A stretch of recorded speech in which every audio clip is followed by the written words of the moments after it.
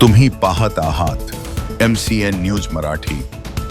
मुख्यमंत्री बळीराजा शेत पाणंद रस्ता योजनेअंतर्गत वायाड स्मशानभूमी ते खामखेड हनुमान मंदिर व कालिंका माता मंदिर ते कहूपट्टा गोराडा धरणाकडे जाणारा रस्ता रुंद व दुरुस्त करून देण्याची मागणी परिसरातील शेतकऱ्यांकडून करण्यात आली आहे। यासाठी शेतकऱ्यांनी तहसीलदारांना लेखी निवेदन सादर केले आहे। जळगाव जामोद शहरातील वायली वेस संत रूपलाल नगर समोरून जाऊन पुढे स्मशानभूमी तिथून पुढे गोराडा धरणाकडे जाणाऱ्या रस्त्यामध्ये 2 ठिकाणी नदी तसेच अरुंद भाग असलेला रस्ता आहे। त्यामुळे सदर रस्ता पावसाळ्यामध्ये वाहतूक करण्यास अत्यंत अडचणीचा व गैरसोयीचा असल्याने या रस्त्याची तात्काळ दुरुस्ती करण्याची मागणी दिलेल्या निवेदनातून प्रशासनाकडे करण्यात आली आहे।